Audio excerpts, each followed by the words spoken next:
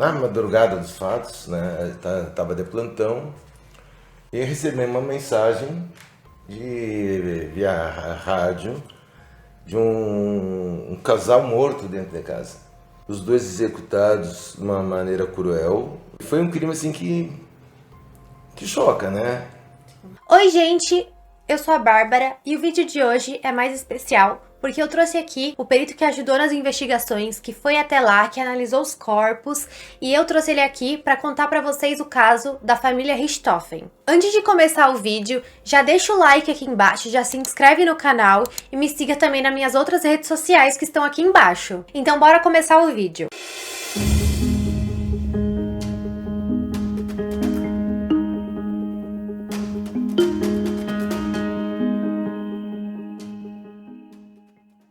Manfred e Marisia von Richthofen se conheceram em 1970 aqui na Faculdade USP em São Paulo.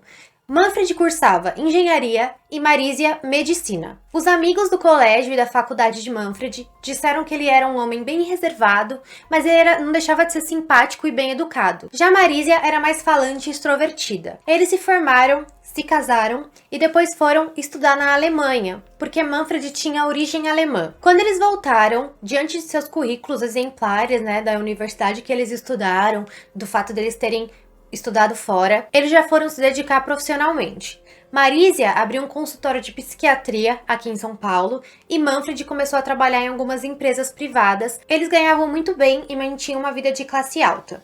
No ano de 1983, eles tiveram sua primeira filha, chamada Susanne Louise von Richthofen. 4 anos depois, tiveram outro filho chamado Andreas von Richthofen. Susanne, por ser a primeira filha, foi a alegria da família. Quando você observava a família von Richthofen, era uma família típica e comum. Cabia a Marisia sempre ter as conversas mais sérias com os filhos, a broncas e acompanhar eles mais de perto, porque Manfred era um pouco mais frio. Os vizinhos diziam que, embora eles fossem uma família mais fria, mais séria, eles eram educados e simpáticos com a vizinhança. O casal era bastante dedicado com seus filhos, porque eles almejavam para eles a mesma vida que eles tiveram. Eles estudaram em boas universidades, eles falavam mais de uma língua e eles tinham bons empregos. Então as crianças se dedicavam bastante na escola e faziam aulas de outros idiomas. Por mais que eles amassem bastante os filhos, dentro da família eles não tinham bem aquele carinho, aquele afeto de abraçar, de beijar, de estar sempre na sala, assistindo TV juntos. Eles tinham vidas mais individuais. O menino ficava no quarto, no computador, assistindo TV. Susanne ficava no quarto dela também estudando. Eles não tinham muita intimidade. Por mais que algumas pessoas dissessem que eles eram simpáticos, por mais que fossem sérios, algumas pessoas disseram que eles eram arrogantes e usavam o dinheiro para serem bem vistos socialmente. A filha mais velha do casal, Susanne, era tímida, mas era simpática e muito carinhosa com suas amigas da escola. Ela adorava dar presente para elas. Ela costumava sair com seus amigos para dar voltas no shopping e ela fazia várias compras com uma mesada bem generosa que ela tinha. Ela curtia ouvir as músicas da época, ela se vestia como todas as adolescentes da época e era uma adolescente completamente normal. Susanne, ela sempre foi uma das melhores alunas do colégio desde a pré-escola. Ela foi alfabetizada quando ela tinha apenas 5 anos. Ela tinha rotina regrada e chegou até a estudar em uma classe onde só se falava alemão. Por mais que ela tirasse sempre as melhores notas da classe, ela nunca foi aquele tipo certinha. Ela também matava a aula e passava a cola para os amigos. Susanne também fazia aulas de karatê. Lá ela também era uma das melhores alunas e ela chegou até a faixa marrom, que é uma antes da faixa preta. Susanne tinha basicamente a vida que todas as adolescentes queriam ter. Ela tinha uma mesada generosa e ela tinha tudo o que ela queria. Andrés, o filho mais novo, ele era mais tímido, ele ficava mais tempo sozinho, não tinha muitos amigos, passava o dia no quarto assistindo TV ou no computador. Mas ele e sua irmã se davam muito bem e eles se adoravam, eles sempre se protegiam e passavam bastante tempo juntos. Ele era bastante apegado ao seu pai, eles passavam também bastante tempo juntos. Sempre que eles tinham oportunidade, eles iam pro sítio da família, construíam várias coisas de marcenaria e cuidavam do jardim. Andrés também teve as melhores oportunidades, ele também fez aula de karatê, chegou até a faixa marrom. Ele estudava no Colégio Vértice em São Paulo, que era um dos melhores para ter mais chances de passar nos vestibulares. Assim como Susanne, ele tinha uma mesada bem generosa para gastar com o que ele quisesse. No ano de 1999, quando Andrés completou 12 anos, seu pai deu um avião para ele treinar aeromodelismo. Então, para isso, eles foram procurar o melhor treinador para ajudar Andrés. Então, eles conheceram Daniel Cravinhos, que era um dos melhores no que fazia, inclusive já tinha participado de competições internacionais. Andrés começou a fazer aulas com Daniel e seu pai passou a obrigar a Suzane a levar eles na aula. Foi então que Suzane conheceu Daniel, ambos se interessaram um pelo outro e engataram um relacionamento. O relacionamento deles logo ficou muito sério. Suzane perdeu a virgindade com Daniel. Eles passavam muito tempo juntos, passavam as tardes juntos, e Suzane começou a usar droga. Ela começou a beber álcool, usar maconha e até experimentou êxtase. Marisa até começou a se preocupar com aquele relacionamento muito intenso, mas Manfred disse pra ela que era só um namorinho juvenil que ia acabar logo. Só que durou muito mais do que eles esperavam, então ambos começaram a ficar preocupados com a filha. Daniel não era bem o perfil de namorado que os pais de Suzane almejavam para ela. Ele tinha um salário de R$ 1.400 por mês, dando aulas de aeromodelismo e vendia algumas peças também. Suzane pedia dinheiro para os seus pais para emprestar para Daniel, e além de gastar quase toda a mesada dela dando presente para ele. Daniel chegou a passar no vestibular de Direito da faculdade Unip, mas cursou só 2 meses e largou a faculdade.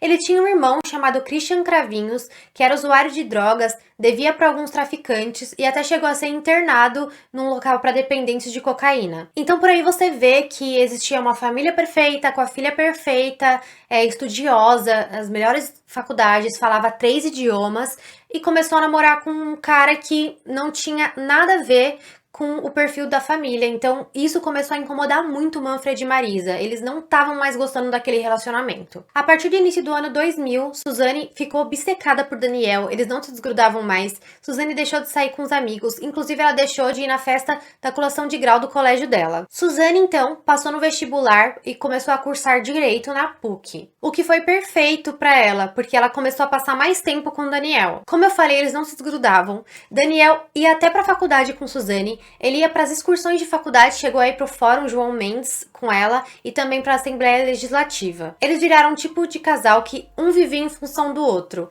Daniel também abriu mão de várias coisas, ele parou de dar aula de aeromodelismo, ele parou de fazer tudo da vida dele e passou a viver em função de Suzane, porque ela também começou a sustentar ele. No quarto de Daniel, ele tinha 2 painéis com dezenas de fotos dele e de Suzane juntos. Ele tinha uma caricatura dos dois, ele tinha ursinhos de pelúcia dela, inclusive ele tinha uma fronha de travesseiro com o rosto dela. Eles passavam as tardes em um motel chamado Disco Verde, que fica aqui na Washington Luiz, inclusive que é perto de casa. Suzane falava para os seus pais que ia para a faculdade ou ia para casa das amigas estudar, mas na verdade ela estava com o Daniel e ela pedia para as amigas dela confirmarem caso os pais dela perguntassem alguma coisa. Como eu falei para vocês, o Andreas e a Suzane eram muito apegados.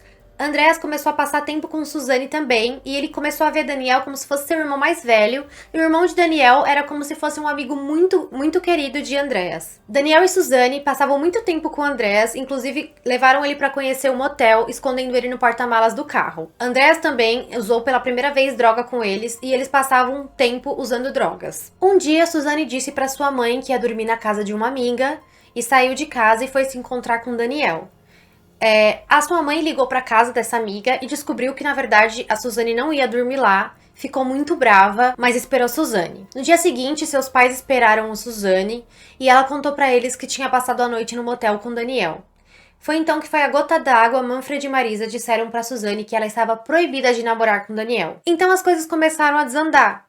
Suzane se afastou muito da família dela, ela insistia muito pro namoro acontecer e isso causava muitas discussões e brigas na família. Diante da insistência de Suzane para continuar namorando com Daniel, seus pais começaram a ameaçar Suzane dizendo que se ela continuasse esse namoro, eles iam mandar ela embora para a Alemanha para estudar. Suzane era muito ardilosa e ela era muito manipuladora. Ela chegou até a dizer para sua mãe que seu pai estava traindo ela, tudo isso para querer levar a situação a favor dela e ela conseguir continuar namorando Daniel. Daniel não podia mais entrar na casa dos Richthofen porque Manfred proibiu. Teve um mês que Manfred e Marisa foram viajar para fora, ficaram cerca de 30 dias fora, e Suzane disse que foi um sonho porque ela passou 30 dias com Daniel em casa como se fosse uma lua de mel. Quando seus pais chegaram de viagem, Suzane teve uma conversa com seu pai e pediu para ele comprar um apartamento ou uma casa para ela morar com Daniel.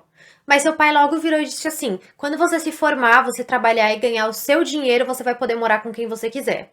A Suzane ficou muito revoltada e a partir daí ela começou a alimentar um ódio muito grande pelos seus pais.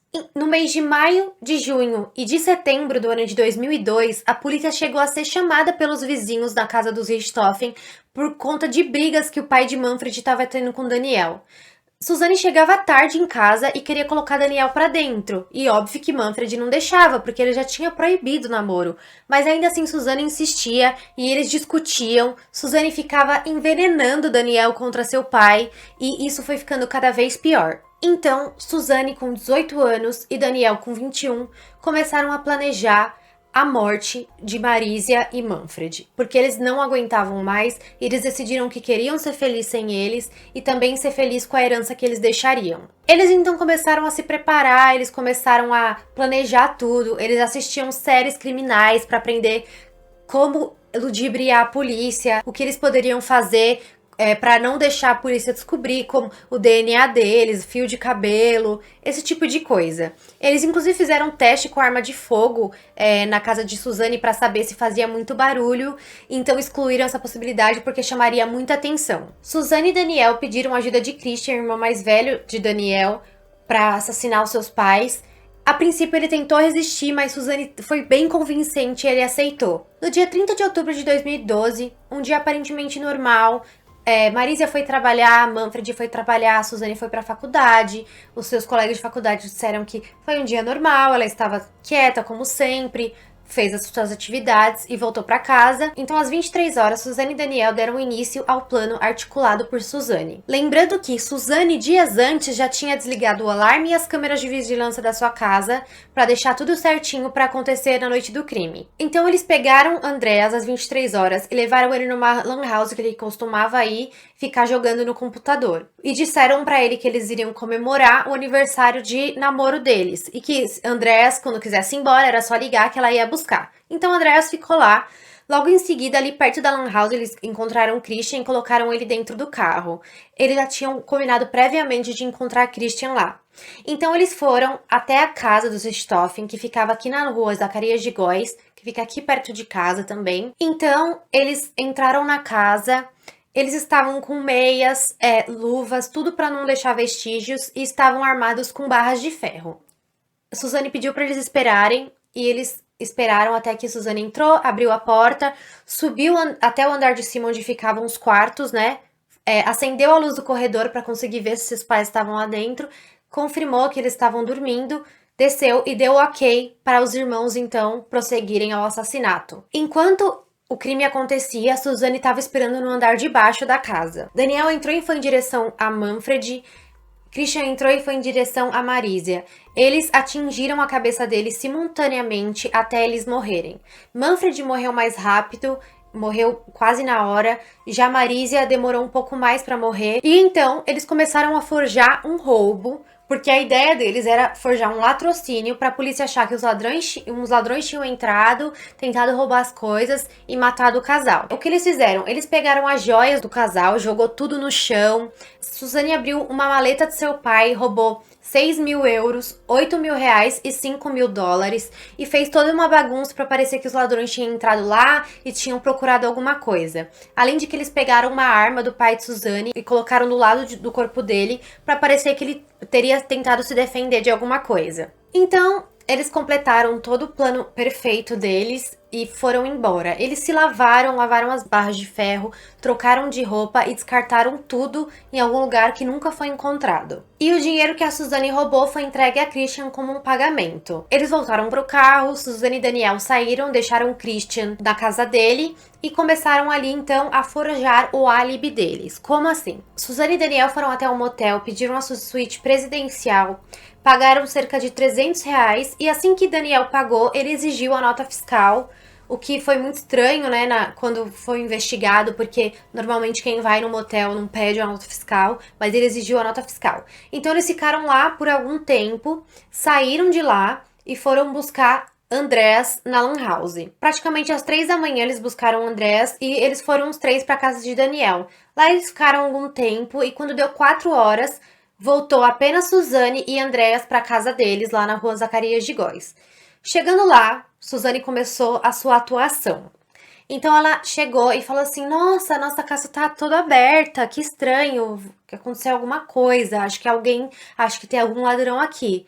Então eles foram entrando em casa, a Andréa já foi entrando assustado, chamando pai, mãe, e ninguém respondia. Suzane virou e deu uma faca da cozinha pra Andréas e falou assim: Andréas, pega essa faca porque pode ter alguém aqui, vai lá fora e me espera lá.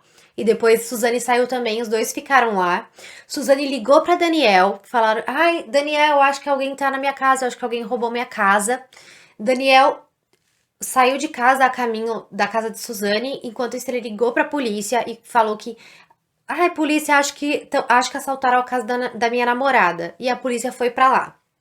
Então, chegando lá, a polícia se reuniu, né, com o pessoal, entendeu que pelo jeito tinha acontecido um latrocínio, que a porta estava aberta e eu acho que alguém tinha entrado para tentar roubar e Suzane não sabia onde estavam seus pais, enfim. Então os policiais entraram e logo que eles entraram, algumas coisas ficaram um pouco estranhas, porque os policiais estão acostumados com o roubo de casas, que os ladrões eles procuram tudo em todos os lugares, eles reviram tudo até achar alguma coisa.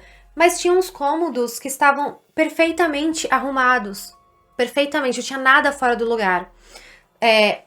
A sala estava perfeita, a cozinha estava perfeita, o quarto da Suzane estava bagunçado, o do Andrés estava perfeito também. E assim que entrou no quarto do casal, eles viram que tinha várias joias jogadas no chão, tudo revirado, e o casal jazia morto na cama. Os policiais então ficaram numa situação muito delicada, porque teria que avisar aos filhos que os pais deles estavam mortos. Então, Daniel já tinha chego, o policial chegou até ele, contou e pediu para Daniel contar para Suzane e Andréas. Suzane abraçou Andréas e Daniel, então Daniel cochichou para eles e contou. Nesse momento, Andréas ficou em choque, se afastou e ficou em estado de choque, ele não sabia o que fazer. Já a Suzane foi até o policial e falou assim: Tá, e o que eu faço agora? Qual é o procedimento? Sem reação nenhuma. Aquilo fez com que o policial estranhasse muito, porque até uma ambulância o policial tinha chamado só pra contar pra eles, porque ele achou que eles poderiam passar mal, ficar em estado de choque e até mesmo desmaiar e ter que serem levados pro hospital. Mas Suzane não, ela ficou pleníssima, ela só perguntou o que tinha que fazer. Então surgiu a pulga atrás da orelha do policial, ele mandou na hora isolarem a casa e falar assim: ninguém mais entra, ninguém sai, isso aqui vai ser investigado. Na madrugada dos fatos, né, tava de plantão e recebi uma mensagem via rádio de um casal morto dentro da casa. Então a gente não tem quando a gente recebe a informação que a gente está na rua, a gente recebe uma informação muito básica. Então a gente chega e não tem a noção do que a gente vai enfrentar. Quando chegamos na Zacarias de Góes, né, no ponto da casa, já estava a imprensa na porta. Isso aí era em torno de umas 7 horas, 7 e pouco da manhã. Eu já dei a previsão: olha, acho que antes do meio-dia a gente não vai sair daqui, porque até pelo tamanho da casa. Vamos ver o que aconteceu dentro dessa casa, né? Então aí foi já o primeiro impacto, né? E aí a equipe entrou na casa, estava o local preservado. A gente começa a olhar o que tinha de bagunça, como é que era a arrumação da casa, o que estava, vamos dizer assim, bagunçado, porque a informação chegou que teria sido um latrocínio. E o latrocínio tinha algumas características. Quando a gente começa a olhar, a gente já sabe o seguinte: pô, isso aqui não é um latrocínio, isso aqui é uma simulação. Parte do ambiente estava bagunçado, né? Vamos dizer, o quarto do casal, né, do Manfred e da Marísia, tinha algumas peças de bijuteria jogadas no chão e somente um escritório que estava assim com uma desorganização, né? Então outros cantos da casa, outros cômodos, não tinham nenhum sinal de vasculha. Então assim, não é o procedimento de um latrocínio. O latrocínio, vamos dizer, o ladrão pega todas as gavetas, puxa e vira, né? O closet do casal, a única coisa que estava desarrumada era um fundo falso no closet, onde se colocava o sapato, então tinha um fundo falso, onde ela guardaria as joias. Né? E fora isso, não tinha mais nada mexido. Então, quer dizer, alguém que foi fazer cometer o crime sabia onde estavam as joias, não houve a necessidade de vasculha. Né? Então você começa a ter a ideia de que é alguém da casa. Não dá para se afirmar se os autores seriam ou parente ou empregado, mas com certeza alguém da casa. E aí, quando dizer, o meu trabalho começou no sentido de, primeiro, ele liberar as vítimas, né, para o exame do ML. E tudo foi muito atípico, porque eu cheguei no quarto, tinha uma arma no chão do lado do Manfred. Então essa arma poderia ter sido utilizada, essa arma poderia ter sido uma tentativa de defesa. Então se a gente começa a examinar a arma, a posição que dava os estojos, a munição dentro do tambor da arma, não é compatível com alguém que tenha preparado aquela arma para utilização. O que demonstra é o seguinte, dentro da forma como eles foram mortos, o que acontece? Primeiro, uma situação atípica, né? Que não combina com o latrocínio. Por quê? Eles foram executados ao mesmo tempo. O instrumento utilizado seria um objeto contundente. Né? Na verdade, o Daniel ele preparou com umas cantoneiras, recheou com madeira essas cantoneiras para ter mais peso, né? Então foi um instrumento produzido. Dificilmente você vai pegar um latrocínio, que a intenção é o roubo seguido de morte. A última coisa que você vai fazer é matar as vítimas. Porque o que acontece? Se tem um cofre, você precisa delas vivas. Onde está esse cofre? Quem pode dizer? São elas. Você não vai... Você vai preparar para agredir os dois ao mesmo tempo, porque os dois estavam deitados na cama, com o mesmo tipo de instrumento. Se fosse realmente um roubo e seguido de morte, seria alguém entrado com uma arma, acorda, onde é que está o dinheiro... Eles levantam. Há uma situação, porque normalmente o latrocida, a intenção dele não é entrar para matar, ele vai entrar para roubar. E diante dessa situação, ou ele acaba matando para não ter testemunha, para não ser reconhecido se ele conhece, mas jamais vai chegar e vai matar os dois na cama de uma forma simultânea. Entende? Então ali se observa que a intenção dos autores realmente era executar as vítimas e não o roubo. E as lesões, então começa a analisar as lesões do Manfred. Ele estava em decúbito dorsal, deitado de barriga para cima, só que ele apresentava uma lesão bastante profunda, né? Quase que na parte traseira do crânio. Então, quer dizer, pela posição que ele sentava, que ele se encontrava, já não é compatível com aquele tipo de lesão. Então, ele foi movimentado, ou durante a agressão, a primeira agressão inicial, ou pelos autores. Então, você começa a analisar todos os pontos. Aí eu fiz a liberação do trabalho no Manfred. Externamente ele só tinha esse corte. Depois a gente viu na foto do ML, esse corte, essa pancada, né, foi tão violenta que abriu aqui e trincou a base do crânio, né? Então daí a gente tem uma noção da violência empregada, né? E a Marísia estava na cama do lado, ela assim, sofreu fraturas múltiplas no crânio, né? Então foram vários golpes. Esses golpes a gente observava que na guarda da cama, na cabeceira, tinham várias marcas, várias moças, né? Quer dizer, o instrumento bateu e bateu também na cabeceira da cama, produzindo pequenas moças. E tinha espirrado sangue, massa cefálica, perto da Marísia. E a mão direita dela a ponta dos dedos estavam quase que esmagadas. Então a gente pode avaliar o seguinte: uma pancada para ponto de esmagar, muito provavelmente ela estaria dormindo de lado, com a mão na cabeça, porque para ter o esmagamento você tem que ter uma base, a pancada em cima e os dedos têm que estar apoiados numa base.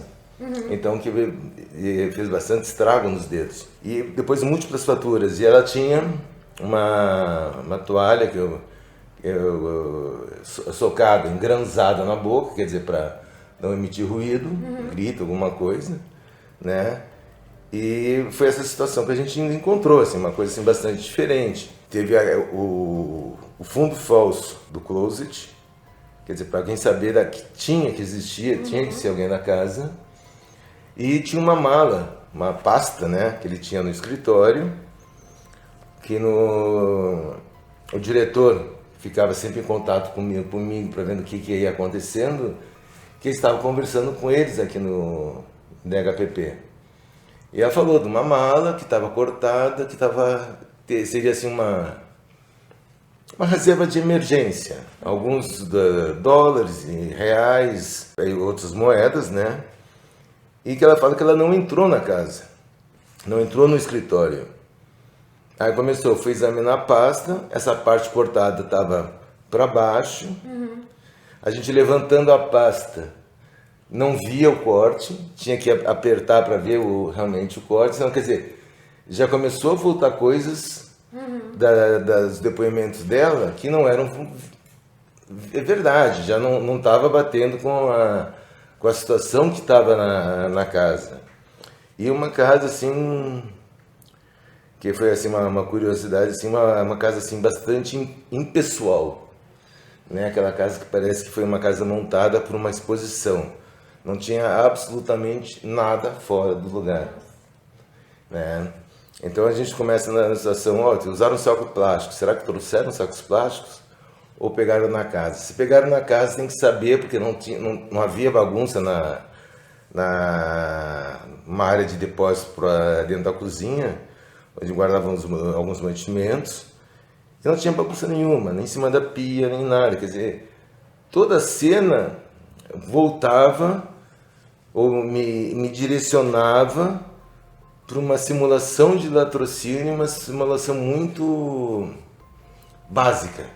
Né? Então, depois a gente ficou sabendo que eles usaram meias de nylon para não deixar pelos, usaram luvas para não deixar impressão digital, que seria dentro de um absurdo, porque se eu encontrasse impressão digital dela dentro da casa onde ela vive, seria a coisa mais normal do mundo. E um tempo atrás, o meu namorado, os pais dela estavam viajando e ele frequentou a casa também. Então, se achasse a impressão digital dele também, namorado não ia me acrescentar em nada, mas eles tiveram a preocupação. Então, acho que eles se informaram, vendo esses filmes de CSI, alguma coisa, e tiveram algumas ideias, talvez não tão práticas, né, dentro da situação do crime que eles cometeram. Né? Então, são coisas assim, bastante curiosas. Né? E foi um crime assim que choca, né? Entende? Você vê o casal, uma bela numa casa, né? Uma simulação de latrocínio, e se sabia de alguém que conhecia a casa, sabia dos hábitos do Manfred e da Marísia. Né? Então mas o resto tudo impecável, entende? Então tudo levava para uma situação de uma armação, mas uma armação assim, dentro do nosso conhecimento, bastante precária. Né? Bastante precária, assim, um negócio muito, muito básico. Tanto é que já quando saí de lá, já se tinha essa noção. Aí eu sei que o Daniel saiu depois com a Suzane e foram para um motel. E eles tiveram a ideia de comprovar que eles estavam no motel. Então eles pediram a nota fiscal. Né? Então a gente até brincava, putz, vai no motel, deve ser a nota 001, porque ninguém pede nota fiscal em motel. né? E ele tinha uma nota fiscal para comprovar que ele tinha ido no motel com ela, Nossa. né? Então são fatos assim que quase que hilários, né? Diante da inocência vamos colocar nesse ponto, né? Inocência de que isso aí eles conseguiriam um álibi para ludibriar a investigação, né? Então, que coisa que não, né, não teria sentido. A equipe de investigação é difícil um jovem com pouca experiência conseguir manter as suas histórias. Né? Então pergunta, o que vocês fizeram quando vocês foram no motel, com eles separados? Um fala que foi tomar banho, o outro fala que ficaram vendo televisão. Entende? Então as histórias, vamos dizer, são combinadas de uma maneira grosseira que não consegue enganar ninguém. Tanto é que, vamos dizer, em pouco tempo, uma semana, houve já a confissão deles. E durante a semana, eu fui lá para pegar a guarda na cama, da cama para fazer uma análise, né? Porque a gente não sabia qual era o instrumento que teria sido utilizado. E nessas mostras da cama tinha um resíduo de tinta preta. Então a gente queria saber que tipo de tinta, para que tipo de material era aquela tinta, se era para metal, se era para madeira. Entende? Então foi recolhido e eles estavam na casa, o Daniel e a Suzane, muito tranquilamente dentro da casa. Já tinham participado de festa, de não sei o que, sabe? Como se a vida continua, vamos ter acesso a um valor financeiro que a gente vai poder viver de boa.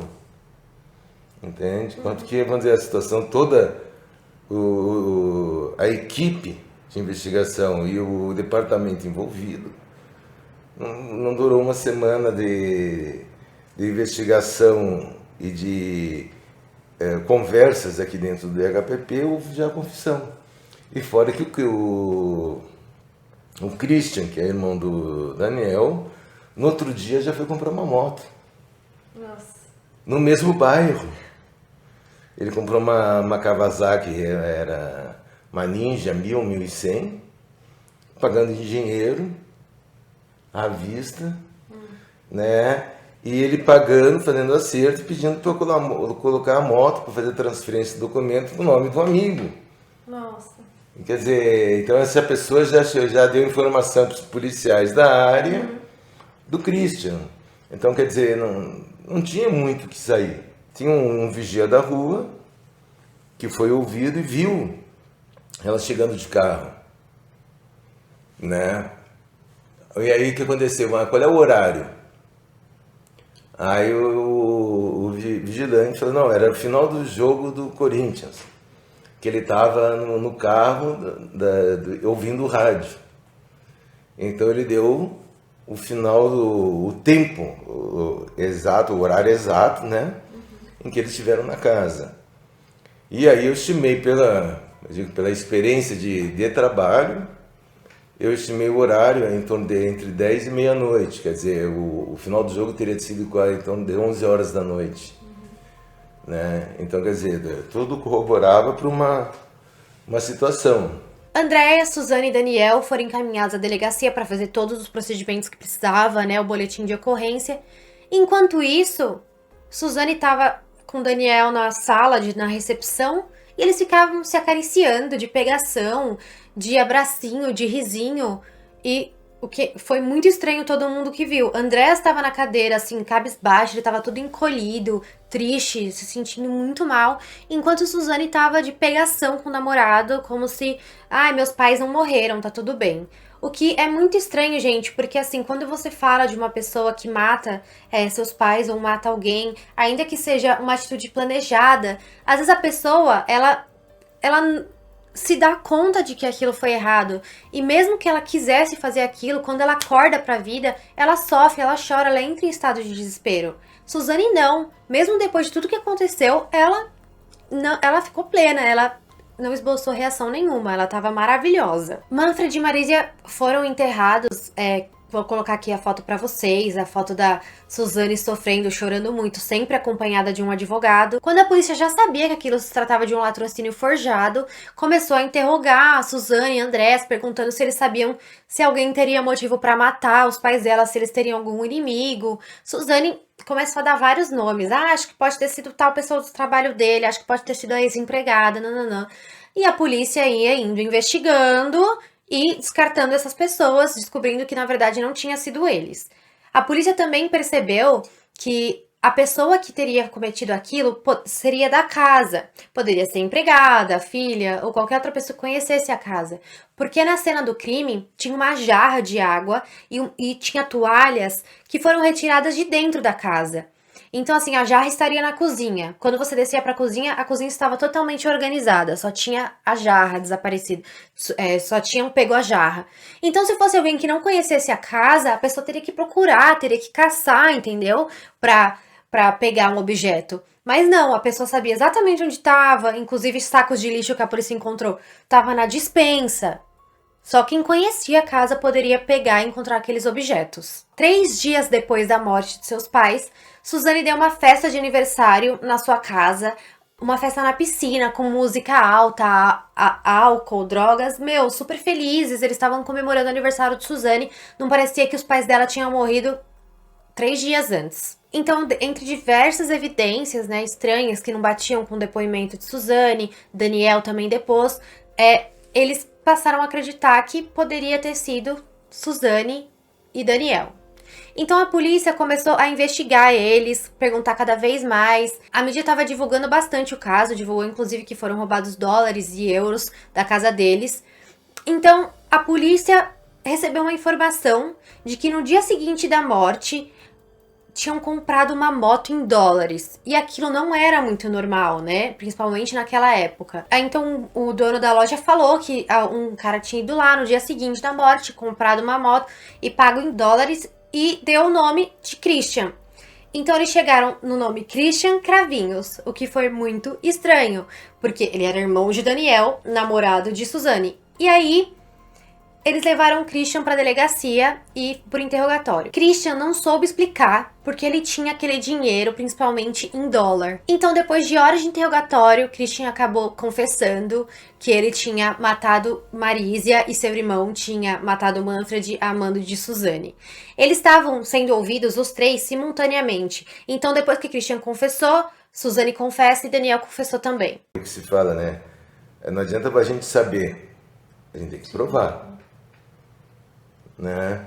E começa a ver a vida deles, começa a acompanhar. Na outra semana eles foram trazidos aqui para o DHPP, e, se eu não me engano, na noite de sexta para sábado.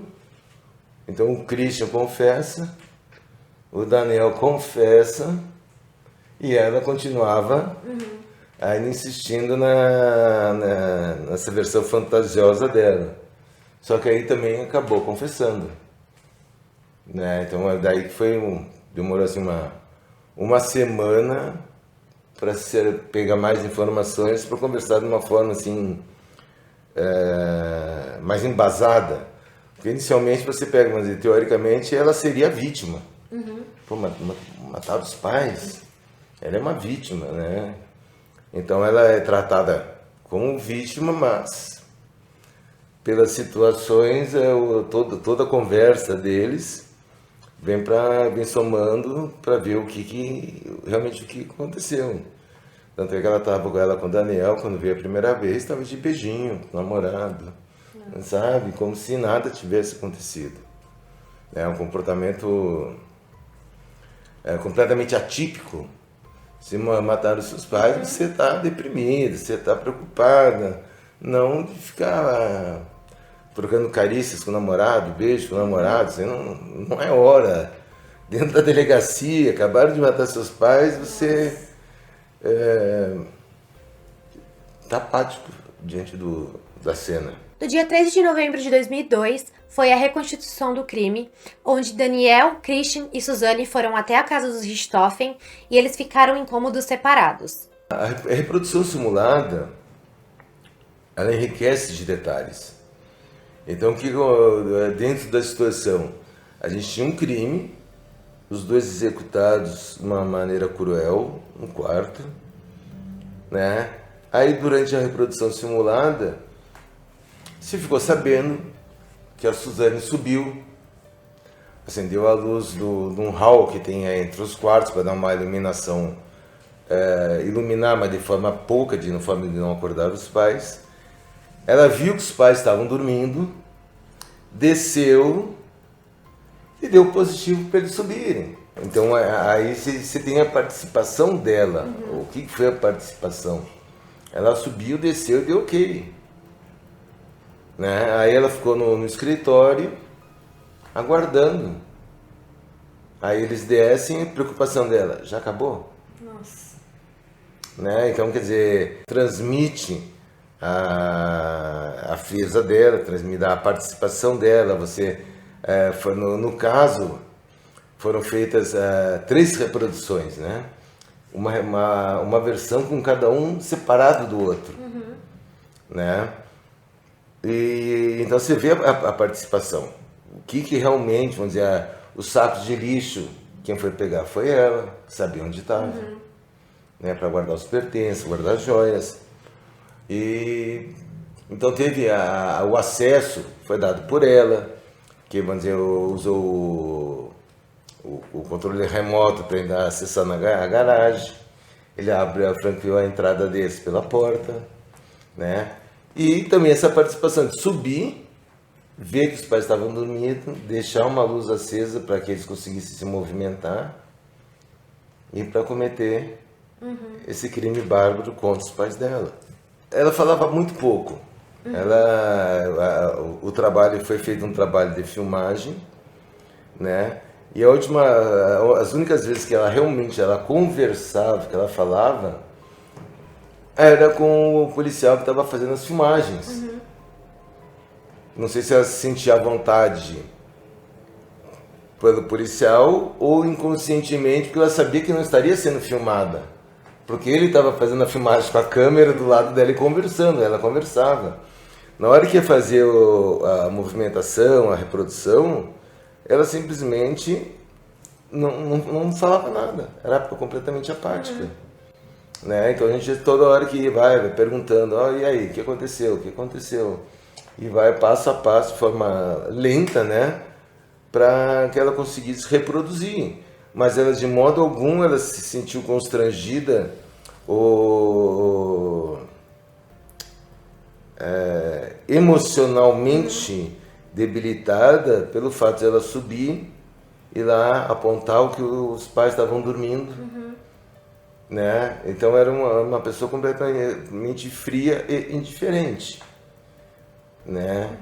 Então já não se pode dizer do Daniel. O Daniel ficou completamente abalado na reprodução.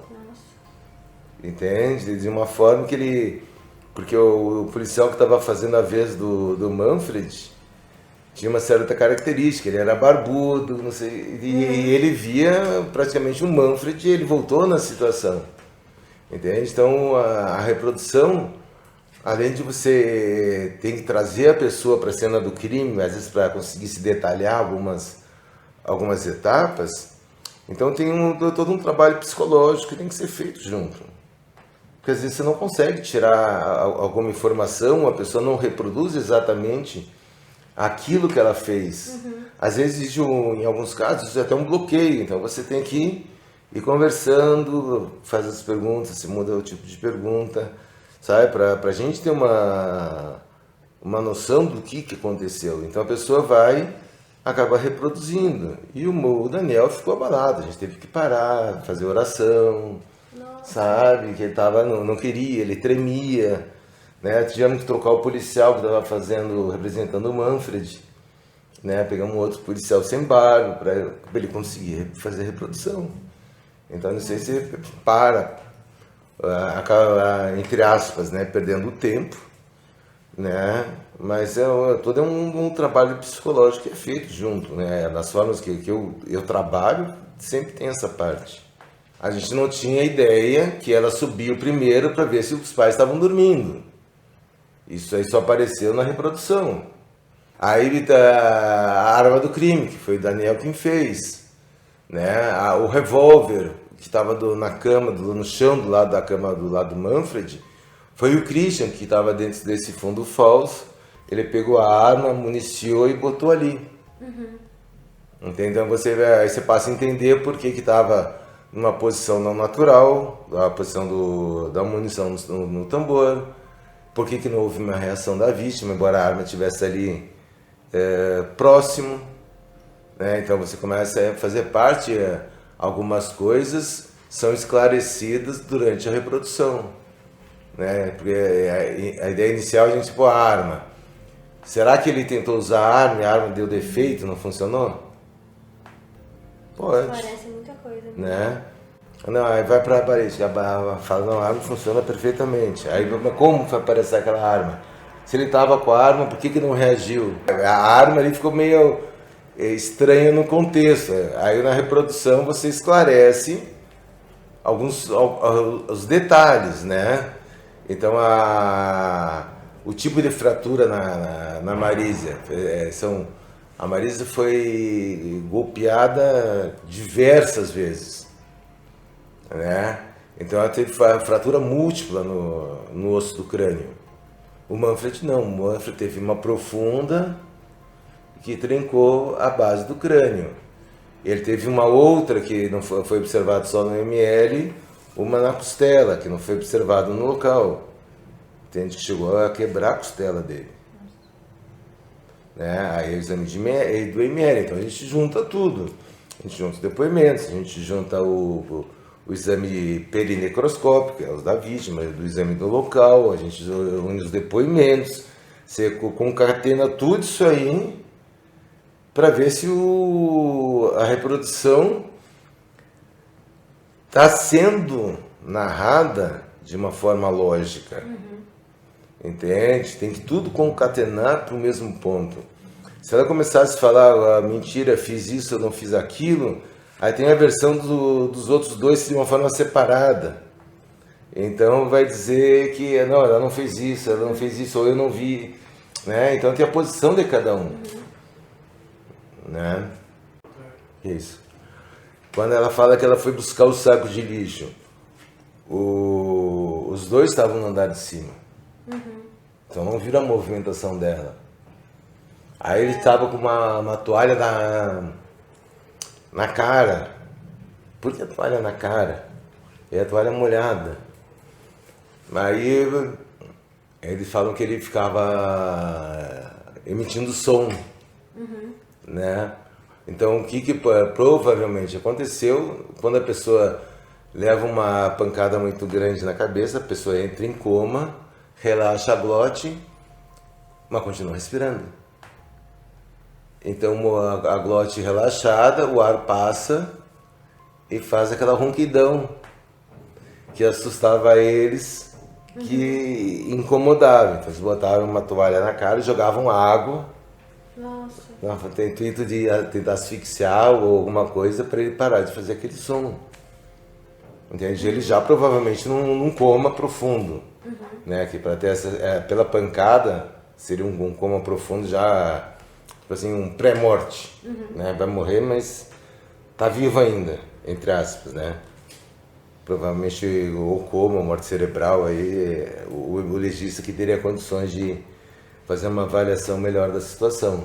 Mas é um fato que aconteceu, ele estava com uma toalha na cara, que eles falaram que eles jogavam água por causa que ele ficava tipo roncando, né? Aquele som saindo que era do ar passando pela glote. Então é ali que você pega o que está sendo oculto, o que está mentindo, qual é que está tentando fazer uma distorção. Então isso aí na hora da reprodução simulada você acaba descobrindo. O primeiro interrogatório que foi no dia, embora as coisas começavam a levar para ela, é um interrogatório assim, vamos botar assim, um pouco mais suave, porque se entende também que ela é vítima, entre aspas. Se realmente houve um caso desses, mataram os pais dela, ela é vítima, ela não é autora. Agora, no momento que você tem aquela convicção que ela é uma partícipe do crime, o jogo começa a ficar mais apertado. Entende? A investigação você começa a mudar um pouco a situação para que a pessoa acabe confessando. Porque o que acontece? A verdade são os galhos bastante fortes de uma árvore. Quando você está mentindo, alguma coisa não fecha, você inventa um galinho. Aí você investiga esse galinho, também não está fechando. Aí ele inventa um outro galinho para suprir a mentira do aquele outro galho que ele fez. Só que essas pequenas mentiras, a pessoa não consegue guardar. O cara fala hoje, amanhã ele vai falar, ele não sabe já a ordem, o que ele falou primeiro, o que ele falou depois, o porquê do um, o porquê do outro, e você começa a montar outros galhos que não fecham com os galhos anteriores. Entende? Então, é um jogo. É um jogo. Então, o pessoal era, no caso deles, 3 pessoas com 3 investigadores, né? Ou 3 pessoas fazendo um interrogatório. Aí passa uma hora, eles se juntam, conversam e trocam. Uhum. Aí depois conversa mais uma hora, eles se juntam e trocam. E aí você começa a saber a história de cada um, o que um mentiu, o que o outro está falando, o que não fecha, de uma forma que até ao ponto que vai ficar insustentável a mentira. Uhum. E aí que a pessoa acaba confessando, porque a mentira deles é insustentável. Entende? Aí a reprodução vem confirmar os fatos. Entende? Traz informações do que aconteceu e se a história deles é mentirosa ou não. Então, os 3 foram presos e aguardaram um julgamento. No dia 17 de junho de 2006, começou o julgamento, que durou 6 dias. Quando o julgamento começou, tudo que eles haviam dito foi tudo por água abaixo. Começou um show de um querer imputar a culpa pro outro pra dizer que eles não tinham feito, que a culpa era de Suzane, que a culpa era dos irmãos Cravinhos, começando pela Suzane. Suzane disse que ela não teve participação nenhuma no crime e a culpa foi exclusivamente de Christian e Daniel. Já Christian disse que ele não teve participação nenhuma no crime, que foi planejado por Suzane, e ele só tinha falado que participou do crime porque ele achou que naquela época a pena do irmão dele ia ser reduzida se ele falasse que também participou. Ele disse também que tentou convencer Daniel e Suzane de não praticarem o crime, mas eles foram irredutíveis.